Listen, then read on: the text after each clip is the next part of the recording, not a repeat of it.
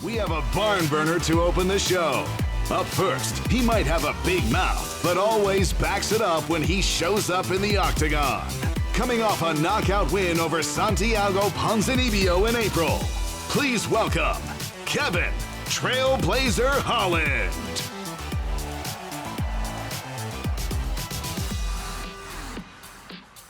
He'll be facing a staple of the welterweight top 15. 10 of his 16 career wins have come by way of submission. The winner of season 15 of The Ultimate Fighter, making his 18th walk to the UFC octagon. Please put your hands together for Spokane, Washington's own Michael Maverick Chiesa.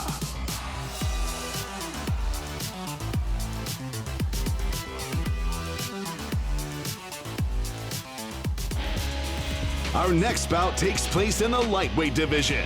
Up to the stage first, a fan favorite who always brings the action. He made his UFC debut back in 2013. 10 years later, he's still taking on the best competition the UFC has to offer. Please welcome to the stage, Bobby King Green.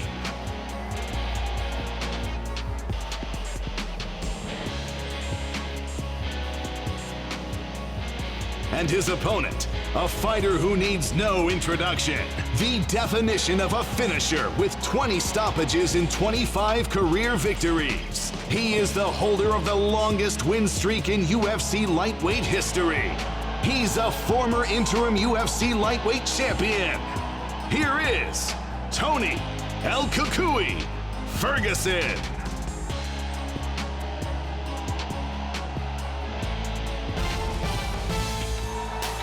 Moving on to welterweight, a matchup of two of the most dynamic strikers in the UFC. Up first to the stage, looking to run his welterweight winning streak to 6, the Brazilian high flyer, Michel Pereira.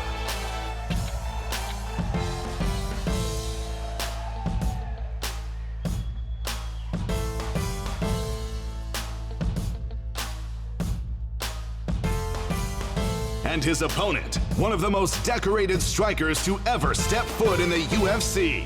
He's delivered some of the most spectacular knockouts the sport has ever seen.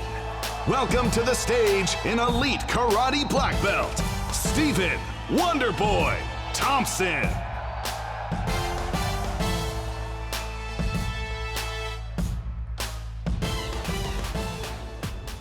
And now, moving into the massive stakes in our co-main event. Making his way to the stage first, one of the most feared strikers in the UFC.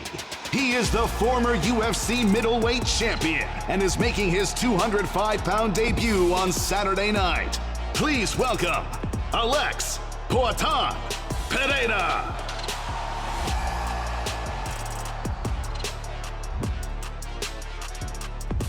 He takes on Polish power personified, the former light heavyweight champion who has 9 wins by knockout, 9 wins by submission, and is ready to reclaim his 205-pound title. This is Jon Blachowicz.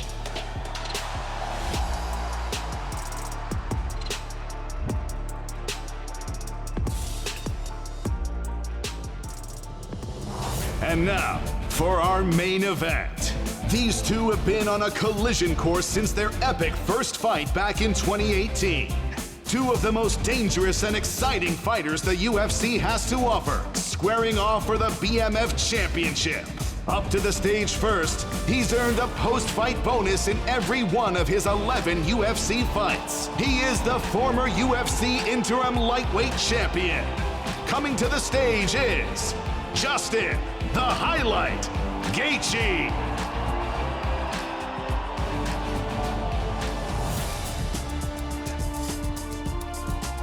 And his dance partner on Saturday has the accolades to match. Also a former UFC interim lightweight champion. He's tied for the most knockouts in UFC lightweight history. He is the pride of Lafayette, Louisiana.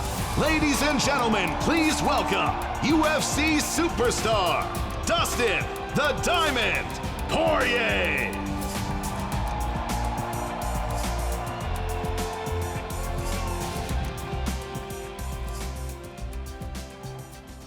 Salt Lake City packed to the nines today. Thank you all so much for coming out. Welcome to the UFC 291 press conference. As many of you know, it all goes down live on pay-per-view this Saturday from Delta Center. UFC 291, Poirier versus Gaethje 2. And before we do get started, on behalf of the UFC, I would like to give a huge thank you to the Utah Sports Commission and the Smith Entertainment Group for all of their support and hard work to make this incredible event a reality. All right, who has the first question? John Morgan. Start with Dustin Poirier, please. Let's go. Dustin, I know you've had tremendous success in rematches throughout your career, so I'm just wondering what you attribute that to. Why have you been so successful the second time you get in there with guys? It depends how close together they are, you know? We fought 5 years ago. Me and my team, this whole camp, we went about this like it was a new fight. We watched the first fight between me and him when I first got to camp, and I haven't seen it since. You know, this is a new fight. That said, how much of a mental edge do you think you have, right? Because, I mean, you've been in there once before, and you were the guy that got your hand raised. So how much of a mental edge does that provide for you? It's not like I'm using that as momentum. I'm using my career as momentum. My last fights, the growth, my confidence, my mindset, all of that, that's what's driving me forward, not that fight. Like I said, this is a new fight. If we didn't get better in 5 years, we wasted 5 years of our lives. Fair enough. Thank you very much. Justin, I want to ask you as well. I mean, you were in there with him, obviously. He's been around for a long time. There's a ton of tape on him. But what was the biggest surprise for you in that first fight? Maybe something you didn't expect or something you learned about Dustin Poirier that night? Yeah, I would say his resilience. You know, I landed some big shots, did some damage to his leg, and never once did I feel like he was going to quit or give in. And, you know, he's a dog, and I love these fights. I've been wrestling my whole life. I've lost a few times, and every time I got back in there and tried my hardest, just like I do. So I'm a competitor. I love competition, and I'm here to fight. And just lastly for me, Justin, as well, you know, a lot of people point to you being as a more technical fighter at this point, but I guess from your point of view, what is the biggest difference about you 5 years ago versus what you'll bring on Saturday night? Yeah, I would say age, you know. I grew up, a lot of he was my third fight in the UFC. You know, a fight is a fight, but, you know, being in that arena, look at all these people here right now. Like, this is crazy. This is awesome. It's a whole different ballgame, you know, staying in control of your emotions, not getting caught up in the lights and the crowd and the noise. All of that, you know, doesn't need to be a factor when I get in there. And I used to try to thrive off of that, but, you know, I really try to keep calm, stay focused, and, you know, ultimately it's being patient. I cause damage every time I hit somebody, so I got to wait for that right shot. Questions for Jon Blachowicz in the back right here. Nice hat, by the way. Obviously, Thank you. In the past, you've been the one the UFC has turned to welcome these middleweights to the light heavyweight division, like Luke Rockhold, Jacare, and Israel. So I'm curious, when you see Alex and what he brings to the table, is there anything different from your past middleweights that you fought at the light heavyweight division? I don't know. I will tell you, you know, after the fight, you know. He's bigger than the others. Maybe this is one different, but we will see inside the octagon what's going to happen.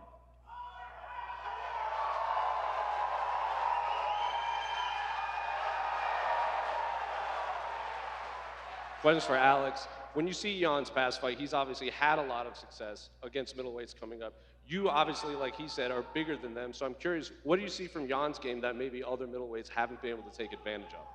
Pergunta para o Alex. Ele, como eu já mencionei, já recepcionou muitos médios vindo para o meio pesado. Que diferença? Ele falou, você é um cara maior do que ele está acostumado.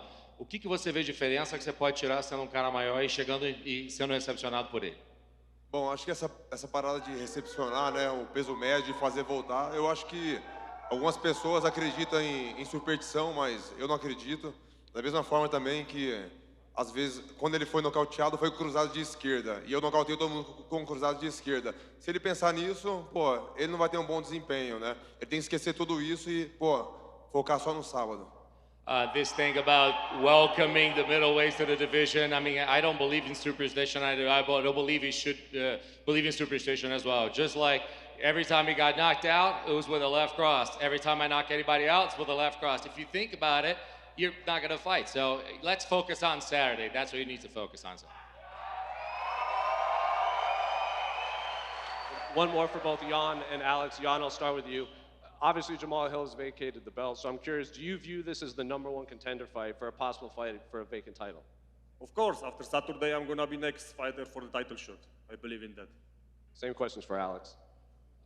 Pergunta novamente, depois da lesão contra o Jamal Hill, imagina-se que o vencedor dessa luta lute pelo cinturão. É isso que espera também? Com certeza, né? Tá tudo certo já. Porra, quero fazer essa luta, meu foco é essa luta. E mais, com certeza, vamos pra próxima, ganhando essa ao cinturão. Surely the focus, I mean, everything's pretty much, the writing's on the wall. Obviously, my focus is on this fight, but winning this fight, let's go for the championship. It's a question for Bobby Green. Bobby, a lot of people are talking about how unusual Tony is when he fights, but you're pretty unique in there yourself. Do you think people are overlooking how unorthodox you fight? Man, so all I want to say is, it's going to be the shit. It's going to be the shit. I can't tell you how everything's going to go, but it's going down. That's all I can tell you. Yesterday at the media day, Tony said that you texted him on Father's Day and he didn't really appreciate it. And then at the hotel, he ran into you and you kind of had a different energy and even looked like you saw death. Can you give us your version of that run-in? I know. I don't know what's wrong with him. He was right. He said this. He said, I was confused. Because why? I didn't even know I had him in my phone. So I see him in my phone, I was like, El Kukui. Oh, okay. I said, let me see if it's really him. I'm like, hey, is this El Kukui? He's like, Happy Father's Day. I'm like, is this your opponent? You sure you know it's me? And it's like, he didn't say nothing after that. So I said, Happy Father's Day to you too. So I don't know what he's talking about, confusion or fear. He said he saw fear in my eyes. You better look again. And for you, Tony, you faced the best of the best at lightweight. Bobby's been around for a while. How do you view his skills in comparison to some of the other men you fought? He's a great fighter. He's the one that signed on the dotted line. We have a fight here at UFC 291. You guys are in for a fight. I have not much to say, man. I'm not here to fucking entertain. I'm here to fight. He said you should look again. I just want to clarify, you do believe you saw fear in his eyes yesterday? Yep. Get the fuck out of here. You're blind. That's your problem now. You need to take them goddamn sunglasses off before you trip over a cord. Oh, Bobby, you're gonna get it. For Michael Chiesa. Mike, I know you said yesterday it doesn't really feel like you've been gone that long and you're right at home, but being up here, having this energy of the press conference, does it bring up any extra nerves or anything? No, it doesn't bring up extra nerves. I'm just excited to be a part of the events. I love being on big cards. I've been doing this a long time. I feel like the bigger the stage, the brighter the lights, the better I perform. I got a game opponent. I got a great crowd. I'm excited to put on a show in Salt Lake City. And for Kevin Holland, Kevin, you told us yesterday you were going to wear your BMF ring to the press conference here. Were you able to get it on? It's hard to see. Of course. What do you just think of welcoming Mike back? He's obviously been gone for a while. Are you expecting any evolution from him, a different fighter than what you've seen in the past? Yeah, I think Mike should have a little bit better striking. He's been sitting down for a long time, but I'm just curious to see if he can make it through the weight cut with that bad back. Shouldn't be hard. And for Alex Pereira, you've obviously been fighting at 185, where the night before the weight cut, making weight tomorrow morning. How different do you feel right now compared to cutting down to 185? Pergunta para o Alex, você estava acostumado a lutar 185 e agora as coisas são diferentes. A noite anterior à luta, o quão diferente você se sente a lutar em 205? Bom, vai ser uma luta diferente, mas os meus treinos são o mesmo, né? Pô, treinando com o Glover Teixeira, pô, um cara pesado, experiente, né? Pô, quem melhor do que o Glover Teixeira para me treinar? Então acho que estou fazendo a coisa certa, né? E como eu falo, sábado vai ser um grande dia. I mean, everything all right. For me to fight, it doesn't change anything. It doesn't change the training. I mean, I'm training with Glover Teixeira. What better guy to get me prepared for this than fighting with Glover Teixeira? As I said, Saturday, it's going to be a great day. And for Dustin and Justin, a lot of talk about the BMF title. It's finally sitting there just a couple feet in front of you. Does that bring any more excitement, or would you just think now that you've had an in-person look, Justin, you can start? I still can't see it, but I've seen it on TV, and it's beautiful. It's going to look great on the wall. This does a lot for our legacy. We all dream of creating a legacy that will live on forever. So this is part of that. This is a huge statement. Yeah, that's what it is. This is a legacy fight. And we have one of these sitting in my gym, and this one's going right next to it, man. And just one more for you, Dustin. You know, around all your fights, you like to put a charity goal with the Good Fight Foundation. Can you just tell us a little about what you're doing with this fight? Yeah, I fly home Monday. 2 days after that, on Wednesday in Lafayette, Louisiana, we have our annual backpack and school drive pickup. So families in need, we'll be handing out food, backpacks filled with school supplies for the year. Me and the Good Fight Foundation. And this is the first time I wasn't home. I was in training camp during the process of breaking down all the school supplies and packing the backpacks. And I know that takes days and days to do because I've done it a few times. And I just want to thank to everyone who lended their time and sweat in that warehouse and packed those backpacks for all the kids. Thank you. Question for Dustin Poirier over here. You said yesterday at the media day, you said after the first fight with Justin Gaethje, you guys were sitting together at a pay-per-view, and you said to him, hey man, I don't know if I want to do that again. Can you just go through the mindset? Like what goes through your mind when you're like, you know what, I'm going to flip that switch, and I'm going to tell myself, hey, I want to take this fight again, let's go do that. Yeah, when I was sitting by him and I said that, the fight hadn't been offered, I didn't think that was the next fight or that was going to happen. And when my phone rang and they said, it's Justin, I felt those butterflies and I said, we got to do it, you know? That's what that was. And question actually for Jon Anik. You've been able to kind of host a lot of big pay-per-views. It was, you know, I got kind of hyped up when you were at the Kamaru Usman and Leon Edwards one. I want to get your thoughts on this card and kind of hype it up in the fashion that only, you know, Jon Anik can do. Well, thank you. If you were to go through this entire roster and try to find the two baddest motherfuckers out there, right? I'm not sure you wouldn't settle on these two guys, right? And that says nothing about the rest of the depth on the card. Look at all the talent we have up here. Alex Pereira moving up, taking on the former champion. We're absolutely loaded. And as many of you know, you were here for Leon Edwards' mastery a year ago. We're excited to be back.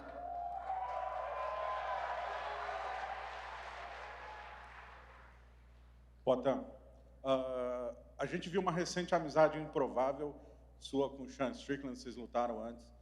E me fala um pouco mais sobre essa amizade. Ele chegou a te ajudar para esse treino específico? Que tipo de ajuda que ele te deu para enfrentar o Ian? E você pretende treinar mais com ele no futuro? A gente pode até ver, de repente, você ajudando ele, caso ele lute com o Adesanya? Alex, recently we've seen an improbable friendship between you and Chiesa Strickland. Tell me about a little bit more this whole training with him. Is it going to continue? And could we see you maybe helping him as he fights Israel? I don't know. A gente tem contato, né, de treino, né? Igual da última vez que eu fui lutar com a Adesanya, eu fiz um convite pro Chiesa Strickland e ele falou que queria ir na minha academia, mas aí estava muito corrido, então ele não conseguiu ir. Mas depois, essa próxima luta dele, ele me contactou e falou, pô, teria interesse e tal. Pô, a gente chegou, treinamos junto, foi um treinão, né, um cara, pô, bacana. E é isso, né? Rolando essa luta dele aí agora, pô, a gente já conversou algumas coisas e, pô, provavelmente ele vai lá pra academia para estar treinando junto.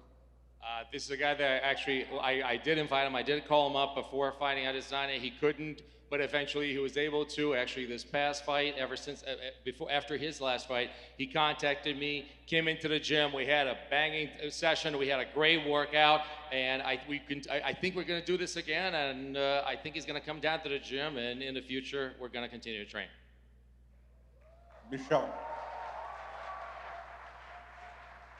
Michel, você é um dos lutadores favoritos dos fãs, você é um atleta muito empolgante no octógono. Há quem diga, há quem critique, inclusive aponte que esse seu estilo, de repente, você cometa algum erro que você não deveria, ou talvez você se canse mais do que deveria.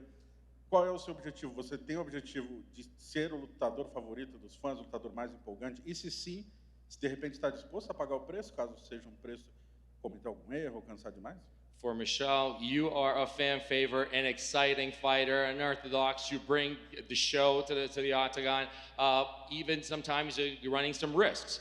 Is that what you want? You want to be a fan favorite, somebody that is known for exciting fights, even though you can maybe pay the price?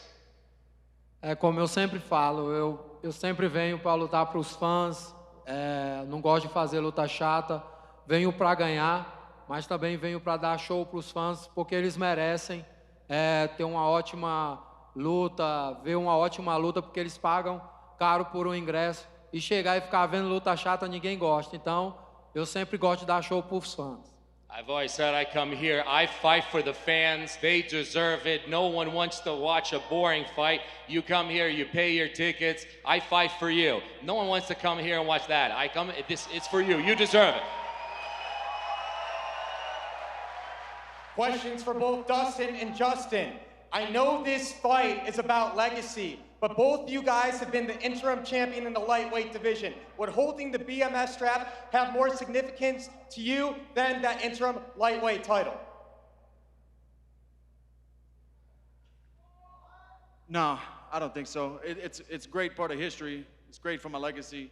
It's cool to even have your name in the hat to be considered to fight for something like this. Not any man can wear this belt, but the undisputed title is the ultimate prize.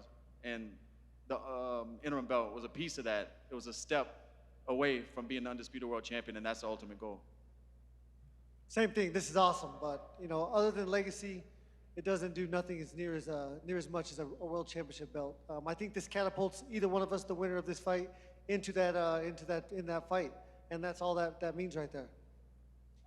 Question for Wonder Boy. I have to ask you, this is the second time we got the BMF belt. When are they gonna get the NMF belt? You'd be right there, right for that belt. Now you're talking. We need to have an NMF title belt. I mean, I don't know what's going on. But no, these guys are awesome, bro. I mean, I'm up here with the baddest dudes in the world and have the nicest guy out here with them. I mean, you know, you can't ask for more. So I appreciate everybody coming out and all the fans out there. It's gonna be awesome, action-packed. I can't wait for you guys to tune in and watch.